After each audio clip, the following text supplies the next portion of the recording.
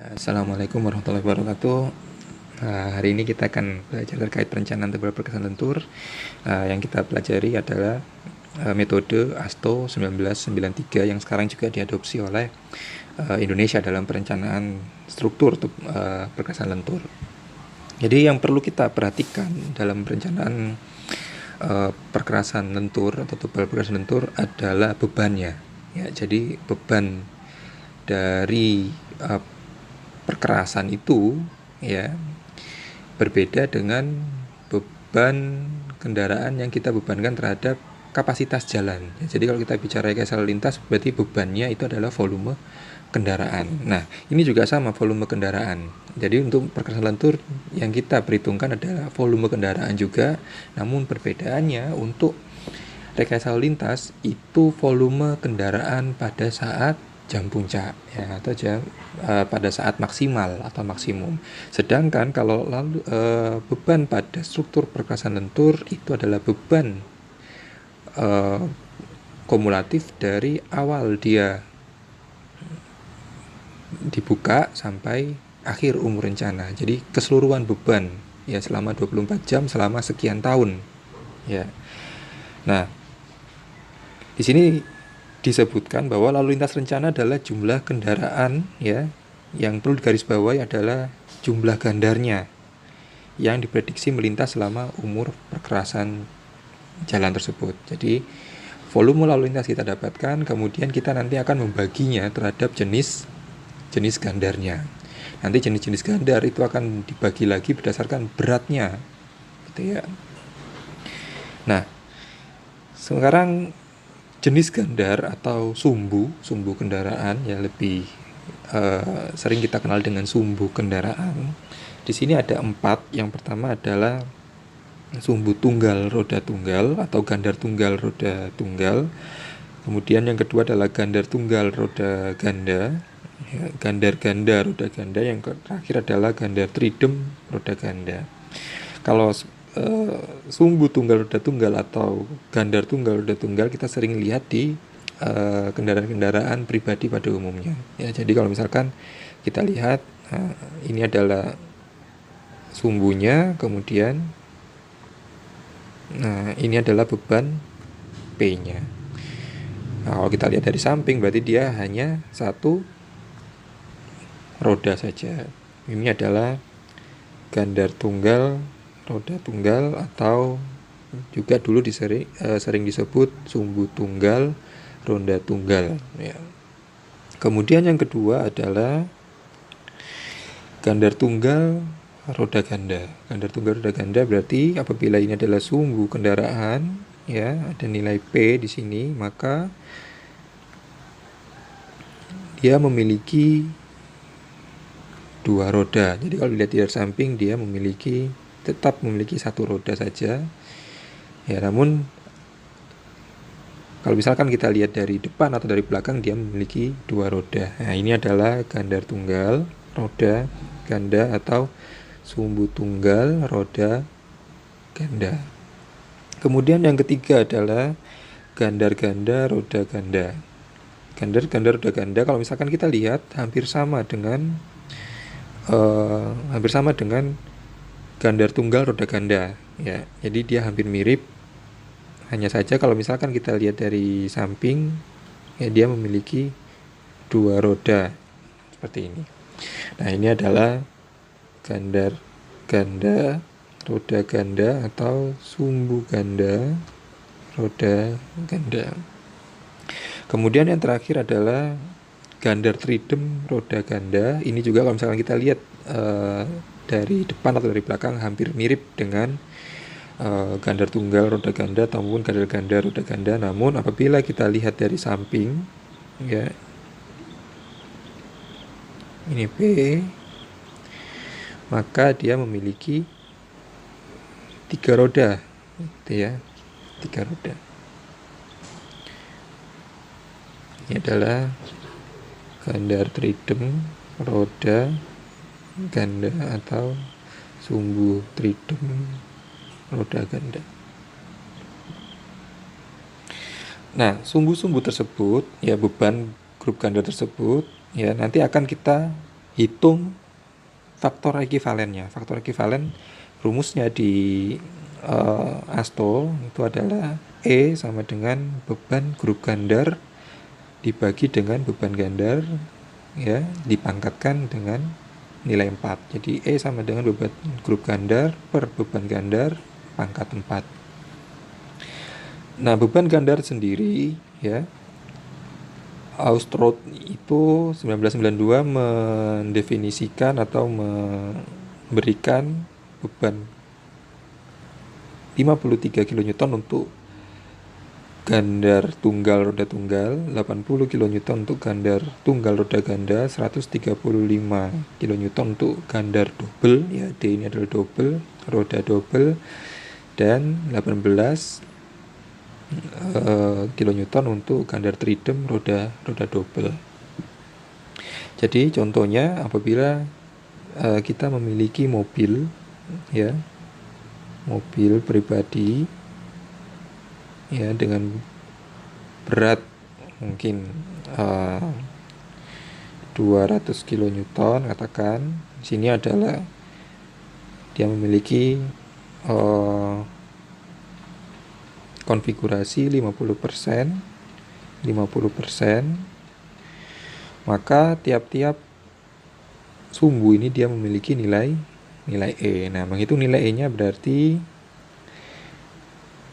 200 kN katakan dikali 50% dibagi 53 dipangkatkan 4. Nah, ini nilai E-nya. Nah, karena ini 50% berarti nilai E-nya adalah sama dengan E depan sama dengan E belakang. Nah, nanti apabila konfigurasi ini bukan sumbu tunggal roda tunggal, nah, melainkan ini adalah sumbu tunggal roda ganda atau gandar tunggal roda double, ya, maka di sini nanti 200 kN kali 50% dibagi dengan 80 pangkat 4. Jadi seperti itu untuk contoh perhitungannya. Jadi nanti setiap kendaraan yang melintasi kita perlu tahu berapa beratnya, ya, berapa jumlah gandarnya, berapa jenis gandarnya, dan bagaimana konfigurasi pembagian beban kendaraan pada gandar-gandarnya. Nah, kemudian selanjutnya kita bicara terkait faktor distribusi arah dan lajur atau DD atau DL. Nah, maksudnya lalu lintas yang melintasi jalan yang kita rencanakan nanti akan didistribusikan berdasarkan jalur dan lajurnya. Seperti itu maksudnya. Jadi apabila kita memiliki 100 volume kendaraan, ya, kemudian akan didistribusikan yang pertama di dua arahnya, atau apakah dia satu arah atau dua arah. Kemudian dari arah tersebut akan dibagi lagi berapa jumlah lajur yang terdapat pada tiap arah tersebut. Nah, jadi di sini kolom ini, ya, kolom yang pertama itu adalah kelompok jumlah lajur tiap arah, dan yang kedua adalah persentase untuk desainnya. Jadi contoh, ya, jadi kalau misalkan jumlah lajur tiap arahnya itu 1, berarti di sini katakan 2/2 UD atau jalan satu arah dengan satu lajur, maka beban atau volume lalu lintasnya keseluruhannya akan dibebankan di situ. Ya, kalau misalkan dia memiliki 2 lajur, ya, katakan 4/2 UD maupun D, atau 2/1 itu, maka dia menerima 80 sampai 100% dari beban sumbu atau beban lalu lintas yang ada. Nah, bagaimana menentukan, katakan yang ini 80 sampai 100, ya. Ini tergantung dari perencananya sebenarnya. Apabila Anda menggunakan 100, maka dia tentu lebih kuat. Ya. Kalau lebih kuat berarti konsekuensinya biayanya, cost-nya lebih mahal, seperti itu. Nah, jadi ini tergantung dari jenis atau tipe dari jalannya. Apakah dia memiliki satu lajur atau sekian lajur. Nah, dibatasi di sini sampai 4 lajur, seperti itu. Kemudian karena kita bicara terkait volume kumulatif, beban kumulatif dari awal rencana sampai akhir umur rencana, maka selama umur rencana pasti ada peningkatan ya, atau ada pertumbuhan gitu ya. Jadi perencanaan yang baik ya, itu melihat dari pertumbuhan kendaraan pada tahun-tahun sebelumnya. Nah, apabila jalan itu adalah jalan baru ya, maka untuk volumenya kita perlu melakukan studi terlebih dahulu ya, studi trip assignment ya. Jadi pembagian rutenya, dia berapa persen atau berapa yang nantinya akan melewati jalan kita. Kemudian dari situ kita perlu tahu berapa pertumbuhannya. Nah, biasanya kita melihat pertumbuhan ini dari pertumbuhan kendaraan yang ada pada provinsi tersebut, pada kota tersebut, atau pada wilayah tersebut. Nah, seperti itu. Jadi data persen pertumbuhan ini ya, atau nilai I itu didapatkan dari data pertumbuhan kendaraan pada tahun-tahun sebelumnya. Ya. Kemudian kita juga perlu tahu berapa umur rencana yang nanti akan kita rencanakan.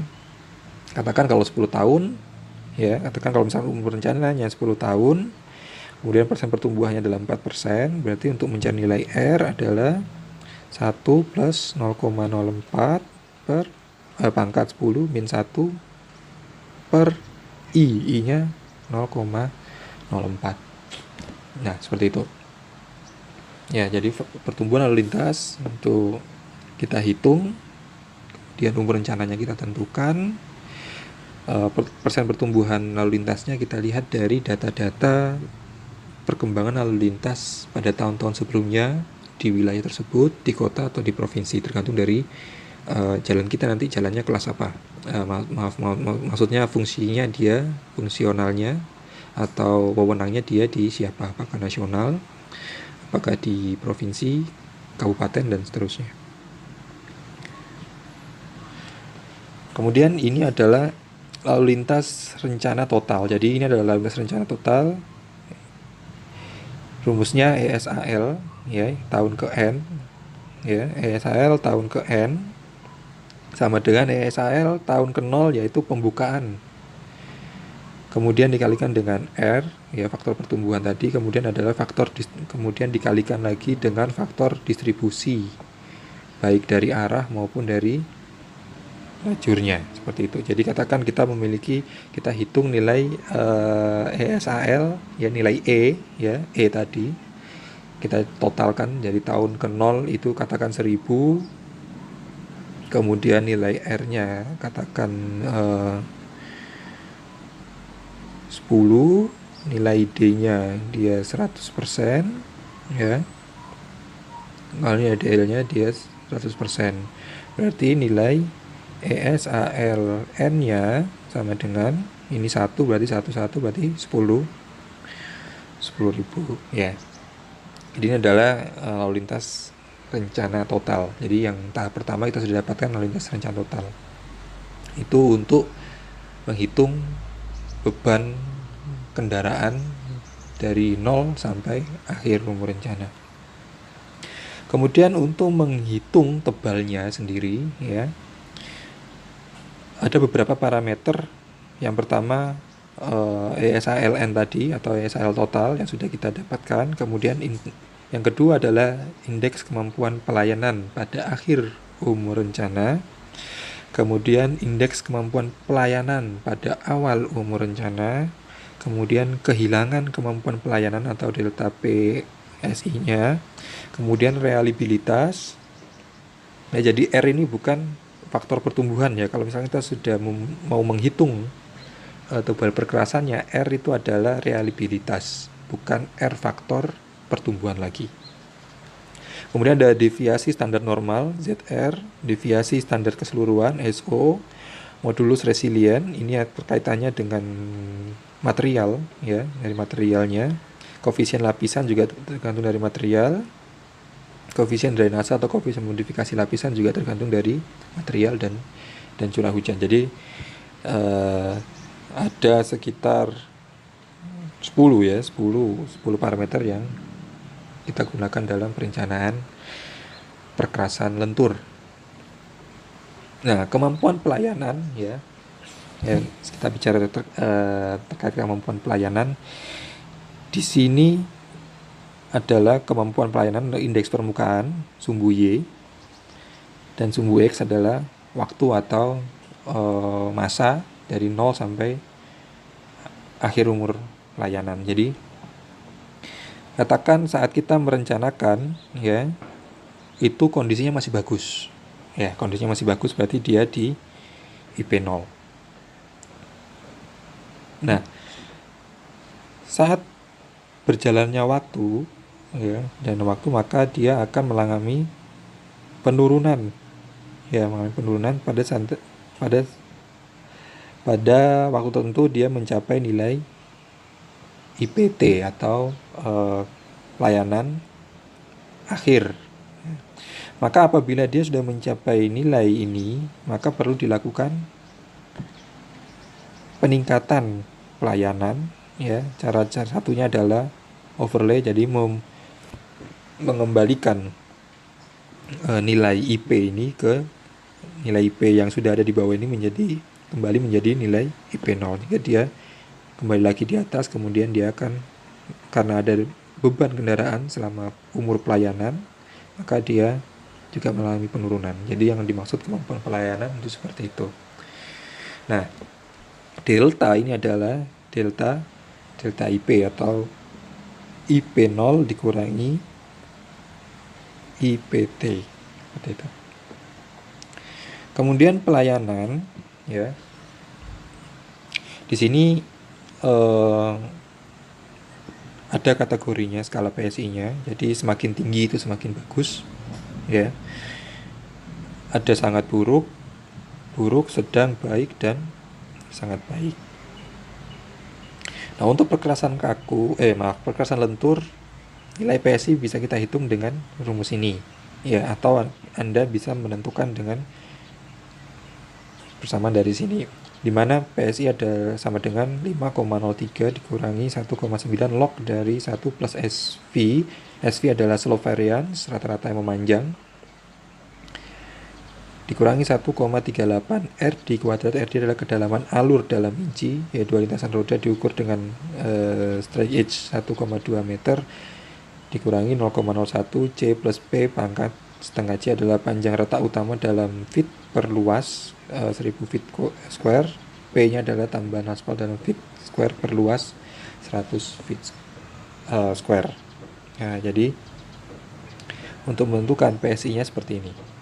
Atau Anda bisa melihat PSI-nya dari tabel ini.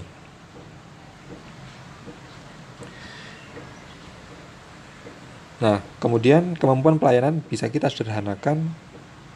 Untuk perkerasan lentur, PSI-nya adalah 4,29 dikurangi 0,4 dikalikan dengan akar dari SV atau slope variance-nya. Kemudian untuk perkerasan kaku 4,81 dikurangi 0,47 dikali SV pangkat setengah atau akar SV. Kemudian kemampuan pelayanan ya, P0 atau IP0 ya. Perkerasan beton atau perkerasan kaku itu 4,5. Jadi untuk perkerasan aspal atau perkerasan lentur, P0-nya atau IP0-nya ya, jadi ini juga sama dengan IP0, ini juga sama dengan IP0 4,2. Jadi Asto sudah menyebutkan bahwasanya kemampuan pelayanan saat awal umur rencana untuk perkerasan lentur itu 4,2, untuk perkerasan kaku 4,5. Dan untuk nilai PT apabila itu jalan utama ya, maka nilai PT-nya itu 2,5 atau 3. Untuk jalan raya dengan lalu lintas rendah, itu nilai PT-nya atau IPT ya, ini atau IPT IPT, IPT juga itu 2, kemudian IPT untuk jalan raya relatif minor itu 1,3. Jadi kita langsung bisa saja menentukan bahwasanya untuk perasaan lentur kita sudah ambil 4,2 ya, kemudian kita lihat jalan raya apakah di jalan utama itu adalah 2,3 2,5 sampai 3, lantas rendah itu 2, jalan raya minor 1,5. Nah ini dari standar kategorinya ya. Jadi kalau IP ya 2,5 ya itu permukaan jalan masih cukup stabil dan baik. Namun kalau misalkan dia sudah 1, jadi permukaan jalan dalam keadaan rusak berat sehingga sangat mengganggu lalu lintas kendaraan. Jadi perlu kita perhatikan terkait IP0 dan IPT ya. Jadi IP0 ini pasti dia lebih besar daripada IPT, itu perlu dicermati ya, perlu diingat-ingat bahwa IP0 adalah awal, 0 adalah awal, T adalah akhir ya, 0 pasti lebih besar daripada akhir. Kemudian kita juga bisa mengambil untuk skala pelayanannya lokal ya, kolektor, arteri, bebas hambatan. Nah ini bisa Anda ambil, tinggal Anda tentukan jalan apa nanti yang Anda direncanakan, apakah jalan bebas hambatan. Kalau bebas hambatan berarti IP-nya, IPT-nya itu 2,5.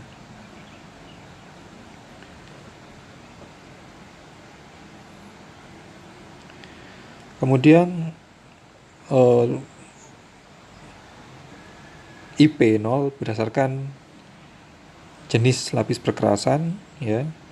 Untuk aspal beton itu 4, lasbutak sekian, lapen sekian, dengan ketidakrataan sekian. Ini saya ambil dari pedoman perencanaan perkerasan lentur Indonesia PTT 01 2002B. Kemudian reliabilitas, jadi nilai R ya, itu dia menyatakan tingkat kemungkinan bahwa perkerasan yang dirancang akan tetap memuaskan selama masa pelayanan. Kemudian yang kedua, untuk mengakomodasi ketidaktepatan hitungan volume lalu lintas dan kinerja perkerasan, menyatakan kemungkinan probabilitas bahwa perkerasan mempunyai tingkat kinerja yang lebih tinggi daripada tingkat kemampuan layanan akhir. Kemudian nilai R yang besar menunjukkan kinerja perkerasan yang lebih baik namun membutuhkan tebal yang lebih. Jadi semakin besar nilai R yang digunakan itu nantinya berpengaruh terhadap tebal perkerasannya. Ya, semakin tinggi nilai R maka tebal perkerasannya juga semakin tebal. Nah ini nilai R yang bisa kita gunakan berdasarkan ASTO ya. Jadi di sini kita lihat dulu tabel 2.2 ya. Di sini apabila jalan itu adalah jalan antar negara atau jalan lokal, kemudian apakah dia jalan arteri, jalan kolektor maupun jalan lokal, apakah dia jalan perkotaan atau urban atau rural, nanti kita bisa lihat di sini.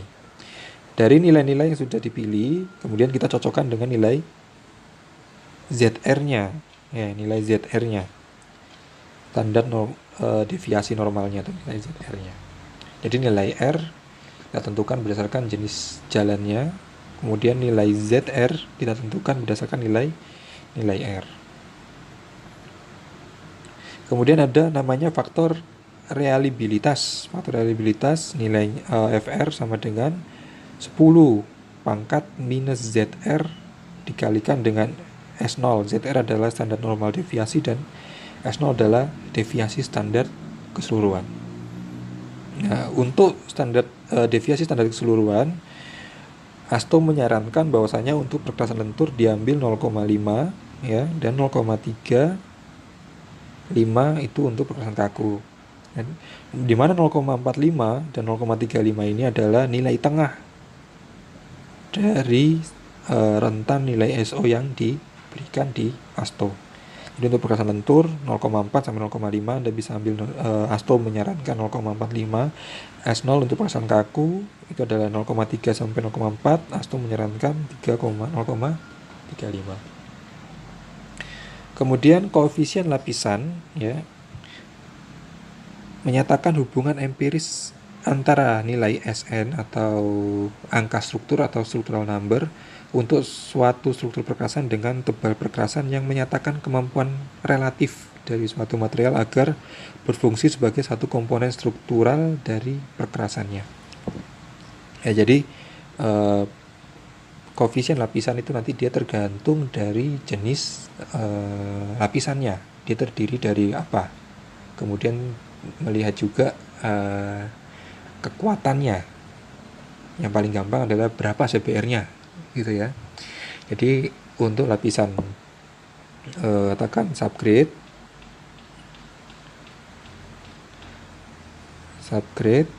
subbase, base course, dan surface, dia memiliki koefisien lapisan masing-masing. Ya, khusus untuk dua ini biasanya dinyatakan oleh nilai CBR, gitu ya. Yang nanti akan kita korelasikan terhadap nilai modulus resilient. Nah, koefisien lapisan ini ada rumusnya ya untuk A2, A3. Oh ya, oke, sebelumnya tadi kan kita sudah bahas terkait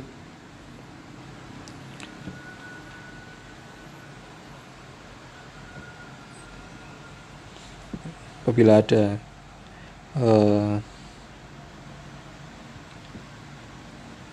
ya sebentar.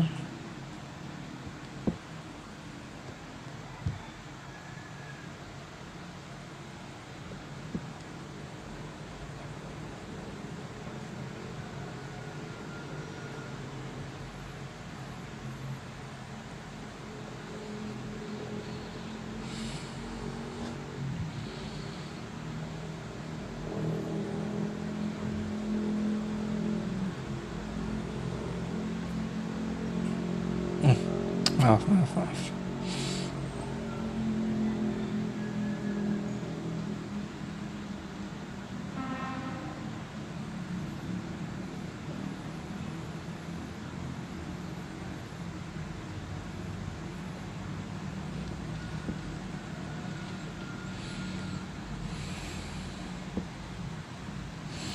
Jadi tiap lapisan ya katakan surface itu lapisan A1 nanti dia terdiri dari apa? Campuran aspal panas bergradasi padat ya atau aspal pasir, nanti dia memiliki nilai A. Bisa juga dilihat dari rumus ya untuk A2 3-nya bisa dilihat bahwa rumusnya A2 untuk lapisan kedua adalah 0,249 dikali log MR modulus resiliennya dikurangi 0,977, untuk A3 0,227 dikali log MR dikurangi 0,839. Atau Anda bisa menggunakan grafik yang disediakan oleh ASTO. Nah, ini ada grafiknya. Ini untuk A1 ya, ini untuk A2. Ya, jadi di sini kalau misalkan untuk A2 katakan CBR-nya 100 ya. Berarti kita bisa cari dia berapa nilai A2-nya dan berapa nilai MR-nya. Nah, kalau A1 kita lihat dia berapa modulus elastisitasnya. Ya, katakan biasanya kalau perkerasan lentur dia menggunakan di sini 0,44 ya, berarti di modulus elastisitas 4000. Jadi kalau 4000 kita naik ke atas, nah, sekitar 0,44. Nah, seperti itu. Nah, di atas dia menyebutkan berbagai macam jenis nilai A dan tergantung dari jenis materialnya. Ya. Ini untuk A3. Jadi A1, A2, A3. Jadi kalau misalkan saya gambarkan lagi, ya ini tanah dasar, subgrade, ini subbase, ini base course, ini nilai surface, maka dia memiliki nilai A. Nah, A1 kita dapatkan berapa tergantung dari jenis materialnya, A2 berapa dari jenis materialnya, dan A3 berapa dari jenis materialnya.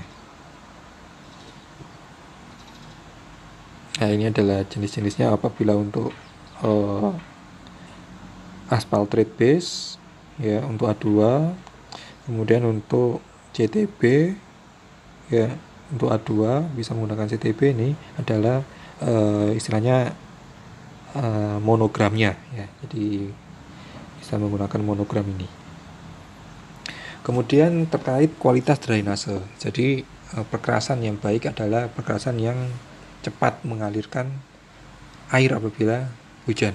Ya, tergantung dari kualitas drainase yang ditentukan berapa lama air dapat disingkirkan dari perkerasan.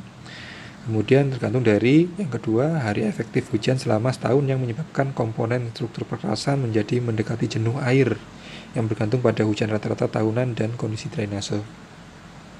Nah, metode ASTO sendiri perlu data kondisi kualitas drainase yang mempengaruhi kualitas lapis pondasi dan pondasi bawah yang ditentukan oleh air hujan atau air dari atas permukaan jalan yang masuk ke dalam pondasi jalan. Yang kedua, air dari samping jalan yang kemudian akan masuk ke pondasi dan muka air tanah yang tinggi di bawah tanah dasar, dan pendekatan waktu atau lamanya dan frekuensi hujan yang rata-rata terjadi hujan selama 3 jam per hari.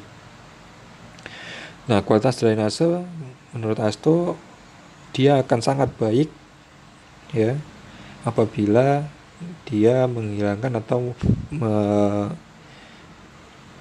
mengalirkan air, ya, di bawah 2 jam, ya, atau maksimal 2 jam, dan sangat buruk apabila dia tidak mengalirkan air. Nah, kemudian kita perlu menghitung. Jadi untuk menghitung kualitas drainase kita perlu menghitung nilai P-nya, ya, persen waktu struktur perkerasan dalam 1 tahun terkena air, ya, dinyatakan oleh persamaan P sama dengan TJ per 24. TJ adalah curah hujan jam, ya, dikali dengan TH, H-nya adalah harian, ya, dibagi 365 dikali WL adalah WL sama dengan 1 min C adalah koefisien pengaliran, ya. Seperti kita itu belajar drainase ada namanya C, koefisien pengaliran, dikali dengan 100. Ya, sehingga bisa kita sederhanakan bahwasanya 24 dikali 365 adalah 8760, ya. Jadi TJ kali TH per 8760 kali 1 min C kali 100. Nah, ini adalah nilai C yang digunakan di Indonesia. Ya, jadi kita perlu lihat jalan beton dan jalan beraspal, koefisien pengalirannya C 0,7 sampai 95, dan batuan masif lunak antara 0,6 sampai 0,75. Kemudian dari persentase tersebut, ya, kita tentukan nilai M-nya. Ya, bagaimana tentukan nilai M? Yang pertama, tadi kita sudah membahas nilai kualitas drainase. Apakah kualitas drainasenya baik, bagus, ya, sangat baik, bagus, sedang, buruk atau sangat buruk. Kemudian kita lihat persentase perkerasan terkena airnya, maka kita bisa dapatkan, katakan dia excellent, ya. Kemudian koefisien drainasenya, persen terkena airnya itu 5 sampai 25, katakan dia di 10%, ya. Berarti di sini nilainya adalah 1,30 sampai 1,20 ya. Jadi ini 1, itu ya. Kemudian kita membahas terkait angka struktural ya. Jadi angka struktural sendiri itu didefinisikan sebagai angka indeks yang berasal dari analisis lalu lintas, kondisi tanah dasar, dan faktor regional. Dan angka struktural sendiri merupakan nilai kekuatan struktur perkerasan yang terbentuk dari kekuatan gabungan antara daya dukung tanah ya, daya dukung tanah yang di sini kita gunakan modulus resilient ya, berdasarkan nilai CPR. Kemudian jumlah total beban gandar tunggal ekivalen 18 kip, kemampuan pelayanan akhir, dan kondisi lingkungan. Nah, jadi angka struktural atau nilai SN atau structural number itu rumusnya adalah SN sama dengan A1 kali D1, di mana A1 ini adalah koefisien lapisan dan D1 ini adalah tebal lapisannya ya. Jadi A kali D ditambah ini adalah A1 kali D1 tambah A2 D2 M2 plus A3 D3 M3, di mana tebal lapis permukaan itu dinyatakan dalam inch, kemudian koefisien drainase lapis pondasi ya, nilai M, dan koefisien lapisan tiap-tiap lapis. Jadi kalau misalkan di sini ya 3 lapis, berarti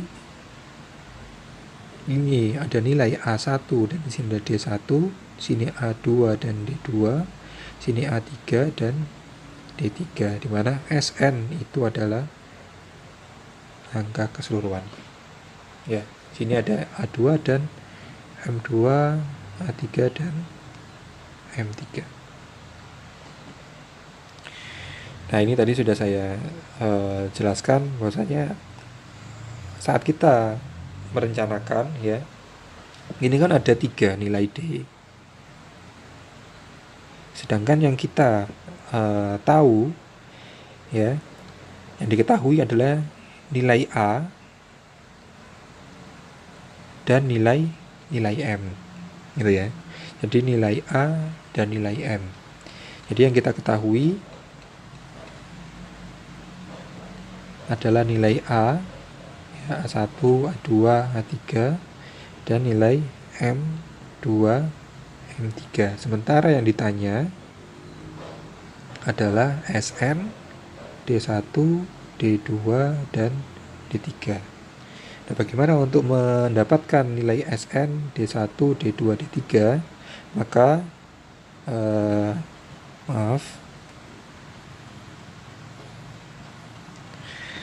maka kita perlu melihat terlebih dahulu ilustrasi berikut, bahwasanya di sini adalah nilai SN1, SN2, ada SN3.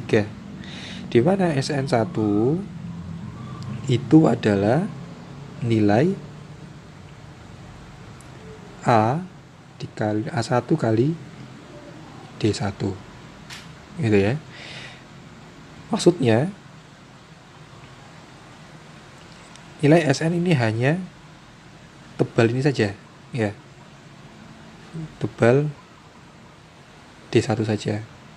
Kalau SN2 berarti A1 kali D1 ditambah A2 kali D2 kali M2. Berarti dia mencakup keseluruhan dari D2 sampai D1. Dan SN3 itu adalah A1 D1 plus A2 D2 M2 tambah A3 D3 kali M3. Nah, dari sini sudah bisa mulai terlihat bahwasanya saat menghitung tebal perkerasan itu kita menghitung satu persatu tiap layernya atau tiap lapisannya ya, berdasarkan nilai SN-nya. SN didapatkan nanti akan kita bahas, kita terkait dulu dengan modulus resilient.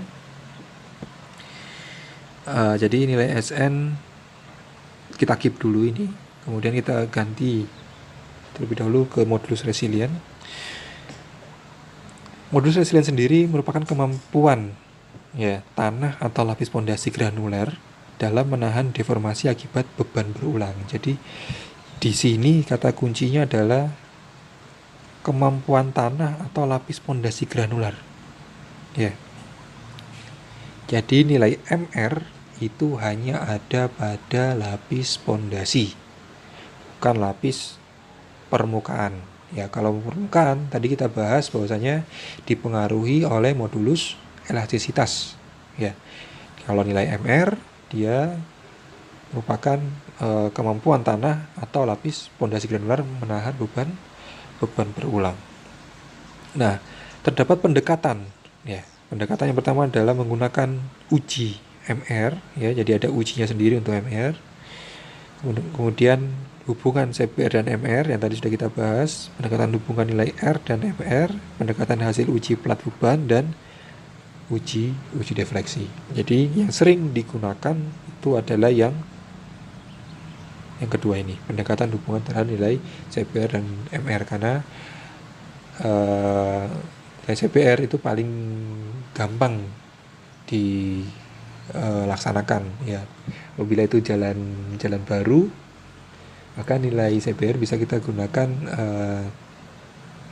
DCPT ya. Jadi ada DCPT, Dynamic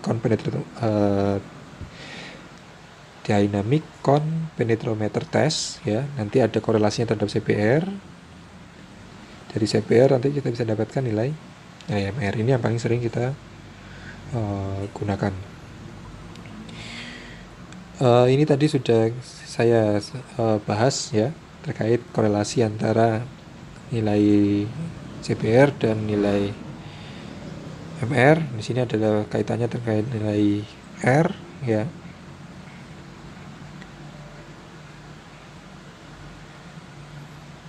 Ini monogram hubungan antara nilai CPR dan nilai MR. Nah, hubungannya ya MR dan CPR menurut Shell Oil Corporate dan Aspal Institute ya, nilai MR itu adalah 1500 dikali nilai CPR dalam pound square inch. Dan dalam bentuk MPa dia 10,3. Nah, persamaan ini ya digunakan untuk tanah berbutir halus dengan CPR 10 atau maksimal 10% ya. Jadi kalau misalkan di atas 10% untuk pondasi, kita bisa gunakan pendekatan monogram tersebut yang tadi sudah kita tampilkan ya. Jadi untuk tanah dasar, contohnya tanah dasar yang dia CPR-nya mungkin di bawah 10 atau maksimal 10, kita bisa gunakan nilai ini. Ini juga salah satu pendekatan ya dari US Army. Nilai MR 5409 dikali nilai CPR pangkat 0,711. Dan hubungan transport dan road research laboratory MR 1500 dikalikan CPR dipangkat 0,64.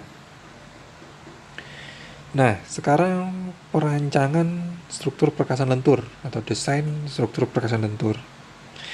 Yang pertama, kita menentukan reliabilitas dan standar deviasi keseluruhan. Tadi sudah kita bahas ya. Nilai R, dia tergantung dari jenis jalannya, apakah dia jalan tol, arteri, dan sebagainya, apakah dia rural atau urban. Kemudian nilai S0 sama. Nilai S0 nanti ditentukan untuk sekian perkerasan lentur ya. Perkerasan kaku 0,35, perkerasan lentur 0,45. Kemudian menghitung volume kendaraan ya, ESHL atau W18 untuk umur perkerasan yang dirancang. Kemudian modulus resilient tanah dasarnya, tadi kita bisa menggunakan, katakan kalau misalkan tanah dasarnya maksimal 10%, berarti kita bisa gunakan persamaan 1500 dikalikan nilai CPR untuk satuan pound square inch. Kemudian kehilangan kemampuan pelayanan atau delta PSI rancangan ini adalah IP0 kurangi IPT Kemudian input pada persamaan dan nomogram untuk mendapatkan nilai SN. Ya, setelah ini kan kita bahas. Dan kemudian tebal lapis perkerasannya berdasarkan nilai SN. Nah, apabila kita menggunakan persamaan, ya, maka ini adalah persamaan untuk mencari nilai SN. Jadi yang dicari adalah nilai SN, ya, bukan log WT W18 atau WT18, tapi nilai SN yang dicari. Log WT18 ini berarti log ES AL N-nya. Ya. Jadi nilai ZR sudah kita dapatkan, nilai S0 kita dapatkan, nilai PSI sudah kita dapatkan, ya. Kemudian MR-nya kita dapatkan. Nah, sekarang bagaimana kita menghitung? Ya, jadi tadi adalah ada 3 yang sederhana. Ada subgrade, ada subbase, ada base course, ada surface, ya. Jadi yang ini adalah SN1, ini adalah SN2, ini adalah SN3, di mana ini adalah A1, ada A2, ada M2, ada A3, M3, kemudian ada D1, D2, D3. Nah, untuk nilai MR, ya, perlu diperhatikan, maka tiap-tiap lapisan pondasi dia juga memiliki nilai MR, ya. Begitu juga untuk subgrade. Nah, yang pertama kita hitung, ya, adalah nilai SN1. Jadi SN1 adalah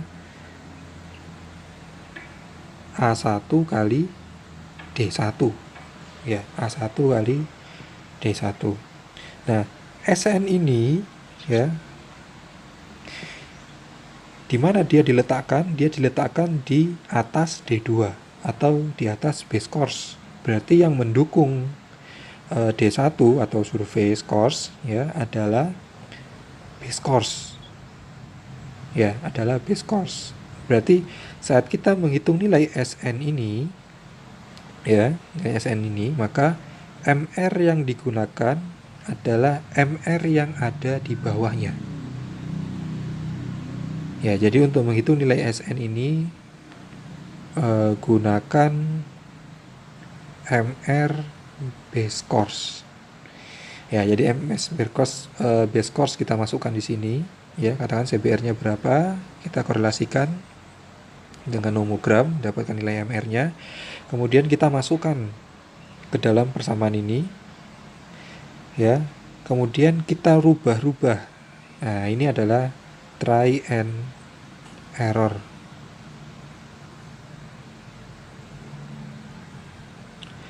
Jadi SN ini dirubah, ya, kita try and error sampai ruas kiri, ya, ruas kiri sama dengan ruas kanan sama dengan ruas kiri. Jadi kita samakan ruas kanannya terhadap ruas kiri, karena ruas kiri adalah log W18 sudah kita dapatkan, sedangkan yang kita cari adalah nilai SN-nya, gitu ya.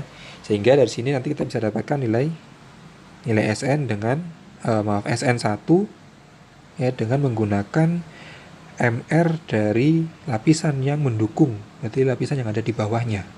Ya, jadi saat kita merencanakan lapis perkerasan, lapisan surface-nya, maka kita gunakan daya dukung tanah yang ada di bawahnya.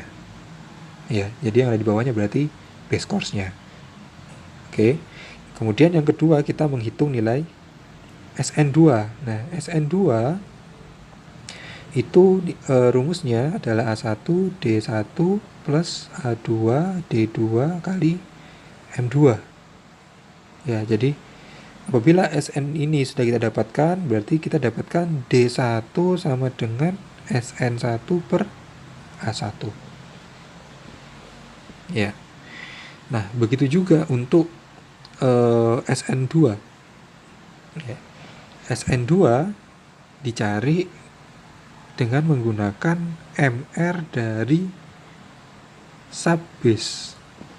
Nah, ini adalah SN1 ya, ditambah A-nya sudah kita tentukan, M-nya kita sudah dapatkan, berarti kita bisa dapatkan nilai D, ya kan? Nah, kemudian selanjutnya kita mencari SN3. Ya, SN3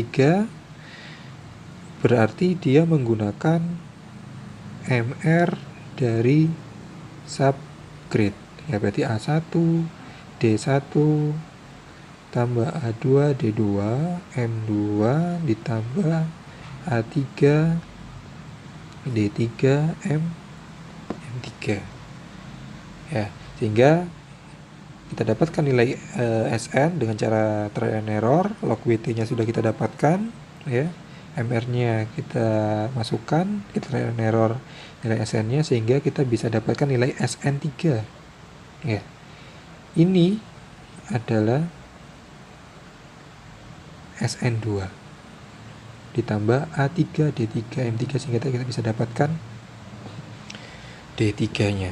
Ya, jadi untuk menggunakan persamaan itu seperti ini caranya.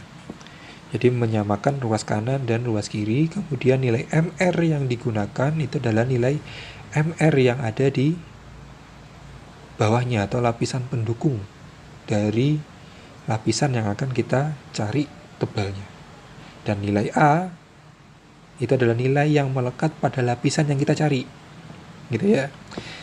Jadi perlu dipahami bahwa nilai A, ya, koefisien ini adalah yang melekat pada lapis perkerasannya, apakah dia surface, base core, subbase, ya. Nilai D itu juga melekat. Yang tidak melekat, ya, adalah yang berbeda itu adalah nilai MR saat mencari nilai SN pada lapisan tersebut. Ya, jadi MR yang digunakan adalah MR yang ada di bawahnya. Ini yang sering sekali terlewatkan, ya, dalam menghitung perkerasan lentur menggunakan persamaan. Selanjutnya kita gunakan nomogram. Jadi gunakan nomogram. Caranya yang pertama kita tentukan dulu nilai R, ya. Ya, di sini ada contoh. Jadi Asto sudah menunjukkan contoh apabila W18-nya itu 5 juta, R-nya 0,95, S0-nya 0,35, MR-nya itu 5.000, kemudian delta PSI-nya 1,9, ya. Ini yang akan dicari. Ya, ini yang akan dicari. Nah, caranya nilai R, ya, kita hubungkan dengan nilai S0, ya. Di sini nilai R-nya adalah 95%. Kita hubungkan di S0 0,35, ya. Di sini 0,35 sampai pada garis potong, ya. Di trimline garis potong.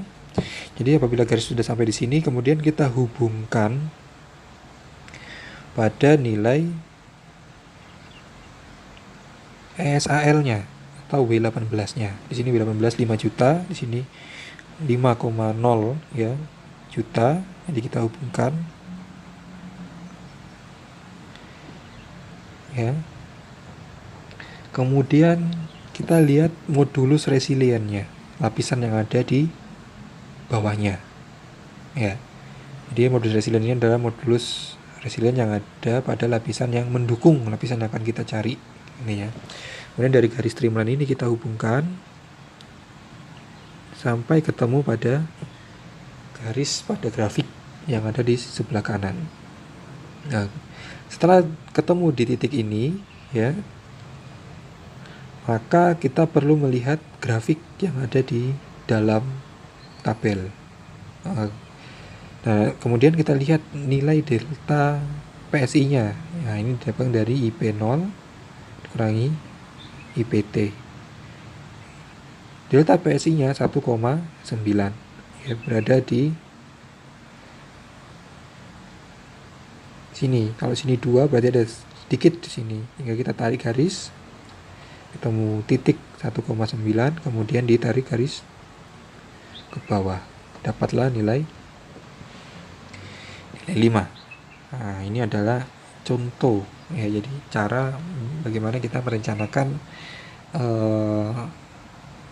tebal perkerasan ya, cara ASTO 1993 yang kita gunakan di Indonesia sekarang ini. Sebelumnya kita juga menggunakan cara ASTO tahun 1980-an ya, yang di Indonesia diadopsi dan dikenal dengan metode analisa komponen. Kemudian di tahun 2000-an kita berpindah, di 2002 kita pindah ke ASTO 1993.